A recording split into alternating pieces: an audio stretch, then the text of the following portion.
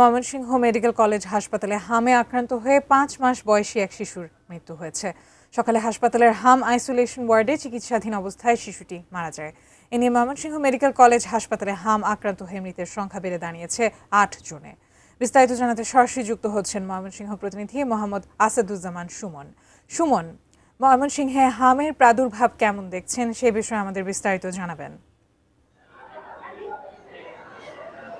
আজিতে আপনাকে ধন্যবাদ। আপনি যেমনটি বলছিলেন যে আসলে এই যে হামের প্রাদুর্ভাব সেটা কিন্তু বাড়ছে এবং হাসপাতালে রোগীদের চাপ সেটাও কিন্তু বাড়ছে। আমরা দেখছি যে গত ২৪ ঘন্টায় কিন্তু এই হাসপাতালে হামে আক্রান্ত হয়ে ২২ জন শিশু হাসপাতালে এসে ভর্তি হয়েছেন নতুন করে।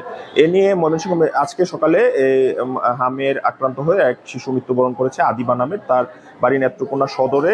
হামের পাশাপাশি কিন্তু তার আরও বেশ কিছু রোগ ছিল, ঠান্ডা, নিউমোনিয়া সহ। গত মাসের ১৭ তারিখ তিনি হাসপাতালে ভর্তি ছিলেন। দীর্ঘ চিকিৎসার তিনি ওই শিশুটি মৃত্যুবরণ করেছে।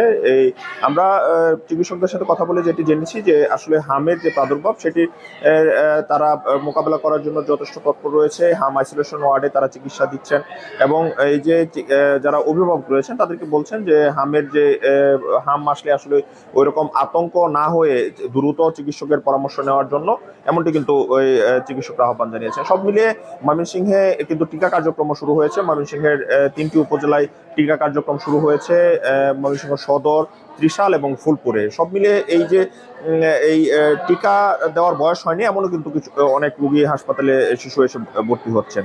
সব মিলিয়ে এই হামের প্রাদুর্ভাব দ্রুতই কাটিয়ে উঠবে এবং হাসপাতালে আরো উন্নত মানের সেবা পাবে এমনটি কিন্তু সাধারণ মানুষ প্রত্যাশা করছেন। ময়মনসিংহ থেকে এই ছিল আদিত আমার কাছে হামের সবশেষ খবরাখবর।